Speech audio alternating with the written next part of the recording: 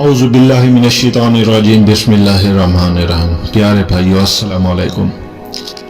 اصل جنگ کیا ہے؟ بیت المقدس تین مذاہب کی مقدس جگہ ہے۔ مسلمانوں کا قبلہ دوئم، عیسائیوں کے لیے یسوع کی جائے ولادت، یہودیوں کے لیے ہیکل سلیمانی۔ شروع کرتے ہیں حضرت ابراہیم علیہ السلام سے، جن کے دو بیٹے تھے، حضرت اسماعیل علیہ السلام اور حضرت اسحاق علیہ السلام۔ حضرت اسحاق علیہ السلام کے بیٹے حضرت یعقوب علیہ السلام تھے۔ یہیں سے کہانی شروع ہوتی ہے اسرائیل کی۔ اسرائیل یعنی کہ اللہ کا بندہ، اور یہ لقب حضرت یعقوب علیہ السلام کو دیا گیا تھا۔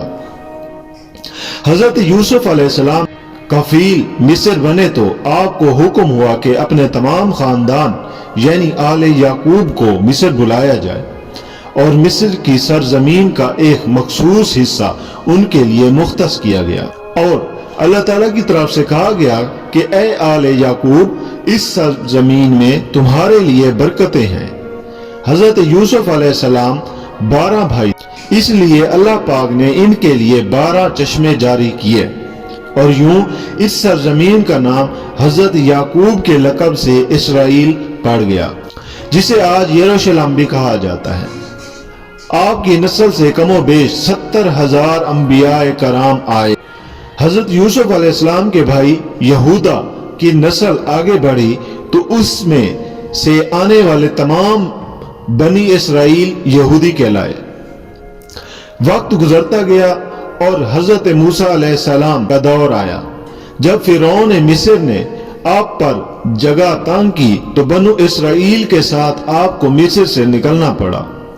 اس دوران بنی اسرائیل پر اللہ پاک کی بہت سے کرم و نوازیاں بھی ہوئیں، جس میں من و سلوہ، چشموں کی بہتات، مچھلیوں کے شکار کا ذکر قرآن پاک سے بھی ملتا ہے، اور وہیں سے ہمیں ایک گائے کا ذکر بھی ملتا ہے جس کے لوتھڑے سے مردے نے اللہ کے حکم سے زندہ ہو کر اپنے قاتل کا بتایا۔ اس گائے کی نشانیاں اللہ تعالیٰ نے قرآن پاک میں بیان فرمائی، جو کہ ایک سرخ مائل رنگت کی گائے تھی، اور ایسی گائے آج بھی یہودیوں کے نزدیک مقدس مانی جاتی ہے۔ حضرت موسیٰ علیہ السلام کے بعد دیگر نبی آئے۔ اس دوران میں حضرت موسیٰ علیہ السلام اور ان کے دور کے کچھ باقیات، تورات، من و سلوہ کا کچھ حصہ بنی اسرائیل نے ایک صندوق میں محفوظ کر لیا۔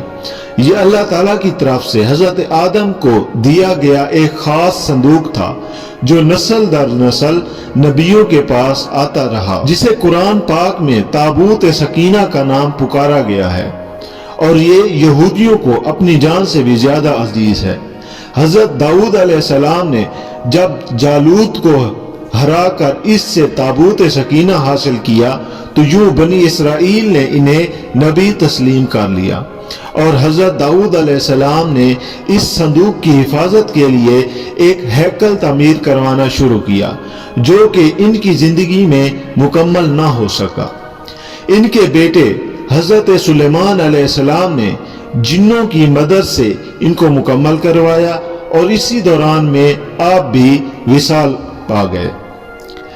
اسی وجہ سے اسے ہیکل سلیمانی کہا جاتا ہے۔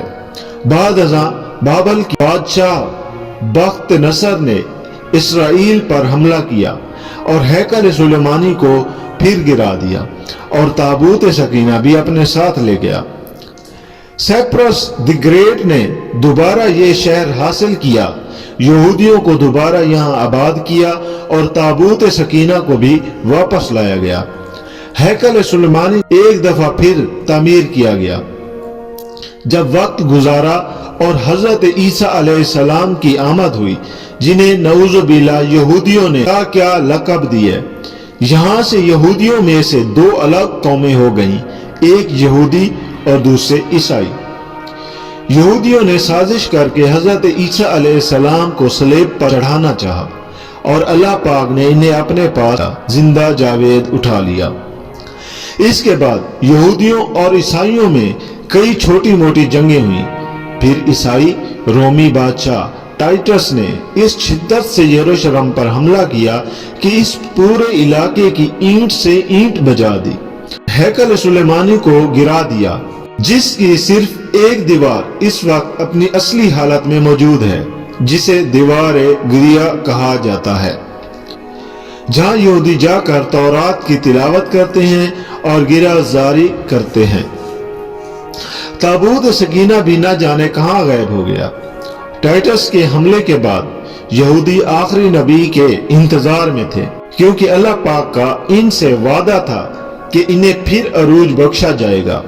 इस वादा का जिक्र सूरह अल बकरा में भी मौजूद है कि ए बनी इसराइल, इन नेमतों को याद करो जो तुम पर की गई और अपना वादा पूरा करो, यानी ईमान लाओ, ताकि हम भी अपना वादा पूरा करें। क़यामत की निशानियों में से एक निशानी ये भी है, यहूदी अपने मसीहा और आखिरी नबी के इंतजार में थे कि टाइटस के हमले के 500 साल बाद नबी आखिर ज़मा की विलादत हुई। यहाँ यहूदी को ये झटका लगा कि सारे नबी हजरत इसहाक अलैहिस्सलाम की नस्ल से हैं, तो आखिरी नबी हजरत इस्माईल अलैहिस्सलाम की नस्ल से क्यों करा गए, और उन्होंने ईमान लाने से इनकार कर दिया। मुसलमानों के लिए भी वो अंबिया की ही निशानी थी, इसलिए हैकल सुलेमानी को बैतुल मुकद्दस का नाम दिया गया। इस्लाम के आगाज में यहूदियों को कायल करवाने की खातिर ही बैतुल मुकद्दस की जानिब मुंह करके नमाज अदा करने का हुक्म हुआ, क्योंकि यहूदी उसी तरफ मुंह करके इबादत करते थे। 17 माह बाद हमारी इबादत का रुख बैतुल मुकद्दस से बैतुल्लाह की जानिब मोड़ दिया गया, क्योंकि मुसलमानों का शुरू से किबला अव्वल वही रहा जिसे पहले हजरत आदम और फिर हजरत इब्राहीम अलैहिस्सलाम ने तामीर किया। हजरत उमर रजी अल्लाह तआला अन्हा के दौरे हुकूमत में इसराइल यानी यरूशलेम पर ईसाइयों का कब्जा था। बैतुल मुकद्दस ही के अहाते में उन्होंने गिरजाघर तामीर किया हुआ था और ऐन ताबूत सकीना वाली जगह यहूदियों की नफरत में वो गंद फेंका करते थे।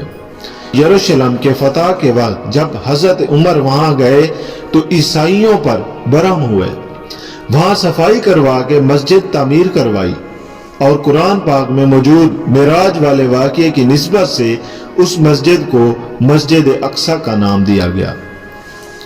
यहूदियों की दीवार गिरिया भी इसी इहाते में मौजूद थी, तो ज़ायरीन की हैसियत से इन्हें भी वहां आने की इजाजत दे दी गई। खिलाफत अब्बासिया तक यरूशलेम एक मुस्लिम शहर रहा। इसके बाद ईसाइयों ने दोबारा यरूशलेम पर हमला करके इस पर कब्जा कर लिया।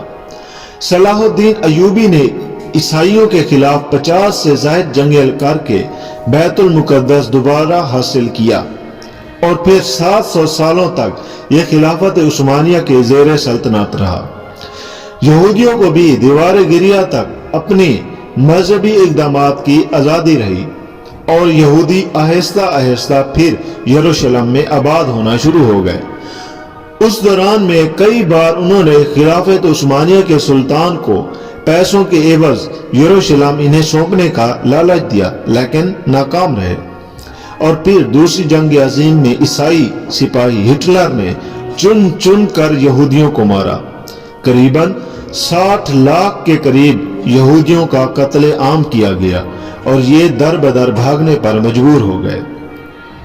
इस दौरान में इन्हें ये अंदाजा हो चुका था कि इन्हें अब खुद अपनी जान पहचान बनानी है और बाइबल में मौजूद यहूदियों के आखिरी अरूज से कब्ल वाली कई निशानियां भी ज़ाहिर हो चुकी थी और वो ये तस्लीम कर चुके थे कि इनका आखिरी मसीहा अब दज्जाल होगा, जिसकी बदौलत पूरी दुनिया में इनका दोबारा बोलबाला होगा।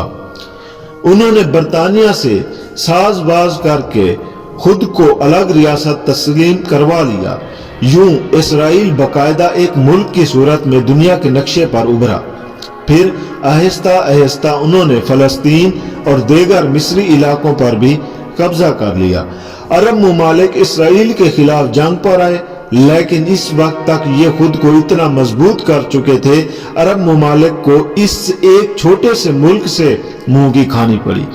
ईसाइयों ने भी देख लिया कि अब इनसे लड़कर कुछ वसूल नहीं होना, तो बाकायदा गिरजा घरों में पादरियों ने तकरीबात मुनक्किद की और यहूदियों के लिए मुआफी का ऐलान किया गया।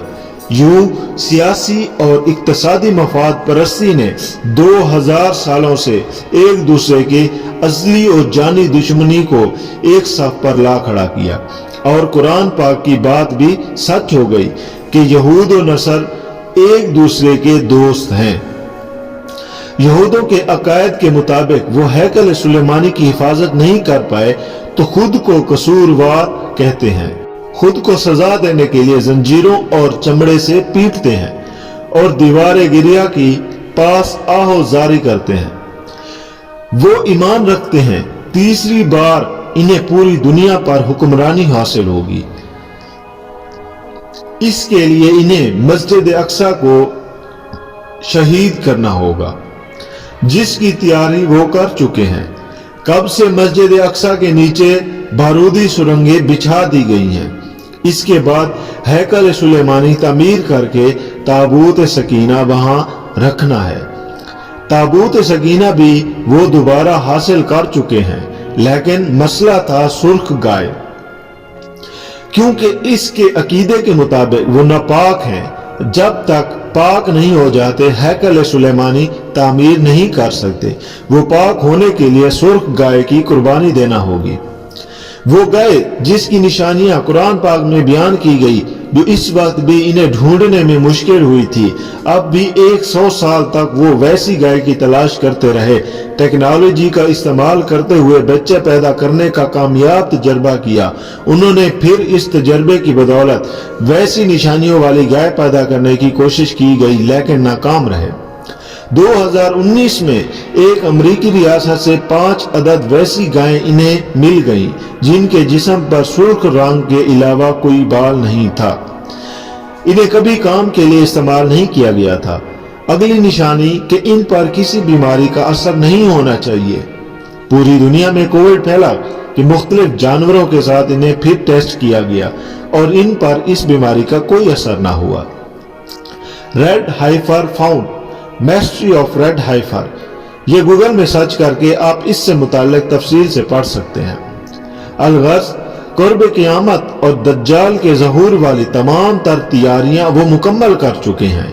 अपनी मर्जी के डॉक्टर, इंजीनियर, बच्चे पैदा करना, 9D टेक्नोलॉजी की मदद से एक जगह होते हुए कई जगह मौजूद रहना, अपनी मर्जी के मौसम बनाना, जब चाहो बारिश बरसा देना, चंद दिनों में पूरी दुनिया घूम लेना, ये सब दज्जाली निशानियां हैं जो आज के दौर में कोई मुश्किल काम नहीं है। हमारे इस्लाम में बताई गई क़यामत की निशानियां कि इन्होंने इतने अच्छे से तैयारी की है कि गरकद के दरख्त लगा दिए जो इन्हें पनाह देंगे। बाब लुद, जिस जगह हदीस के मुताबिक दज्जाल का हजरत ईसा अलैहिस्सलाम के हाथों कत्ल होने का जिक्र मौजूद है, उसी जगह वो दज्जाल के फरार के लिए एयरपोर्ट बना चुके हैं। ये सब तो कुर्बत क़यामत की निशानियां हैं। फिर असल जंग क्या है? असल जंग अकायद की है। हम अपने अकायद में इस कदर कमजोर हो चुके हैं कि नमाज पढ़े या ना पढ़े हमें फर्क नहीं पड़ता। अपने बहन भाइयों का हक खाकर खुशी महसूस करते हैं और फिरकों के खराफात में उलझे हुए हैं। फलस्तीनियों के लिए सिवाय दुआ और एहतजाज के हम क्या कर सकते हैं? क्या हम अपने अकायद के इतने मजबूत हैं कि डॉलर के बहकावे में ना आए? क्या हम यहूदियों के मुकाबले में निकलने वाली खुरासान मुजाहिदीन की लिस्ट में आते हैं या बस सोशल मीडिया के तमाशाई हैं? अगर आज दज्जाल ज़ाहिर हो जाए और तौबा का दरवाज़ा बंद हो जाए तो हमारी आखिरत के लिए क्या तैयारी है? सोचकर जवाब ज़रूर दीजिएगा।